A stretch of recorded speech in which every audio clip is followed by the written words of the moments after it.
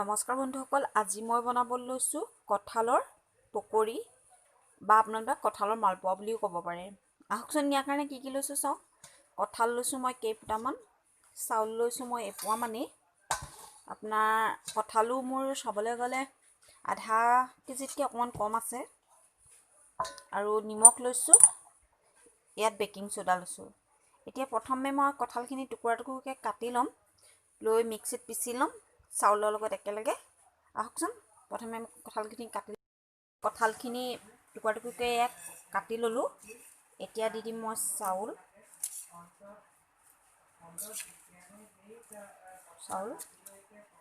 কমকৈ খুন্দিম মই, আৰু দি দিম মই কেইটামান তিল আৰু চপ ভাজি লৈছিলোঁ। ইয়াত দি দিম মই অকণমান নিমখ আৰু দিম অকণমান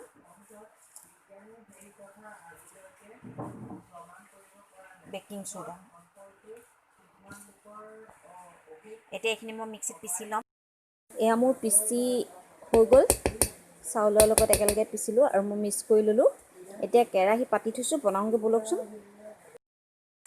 এয়া মোৰ কেৰাহী পাতি থোৱা আছে, তেল গৰম হৈ গ'ল। মই ৰিফাইন তেল লৈছোঁ আৰু এতিয়া ইয়াত দি দিম।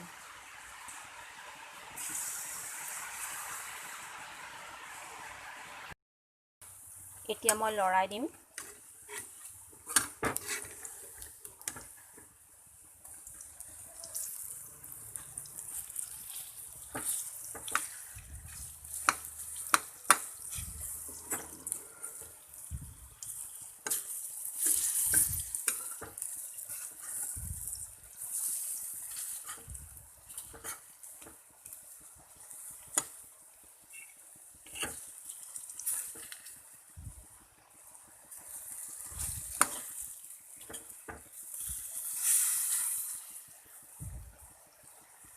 আৰু ভালকৈ সিজিবলৈ দিম।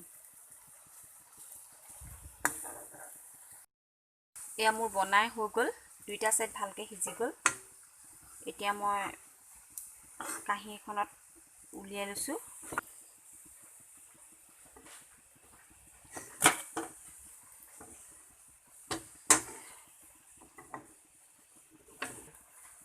ঠিক তেনেকৈ মই বাকীখিনিও বনাই লওঁ এতিয়া।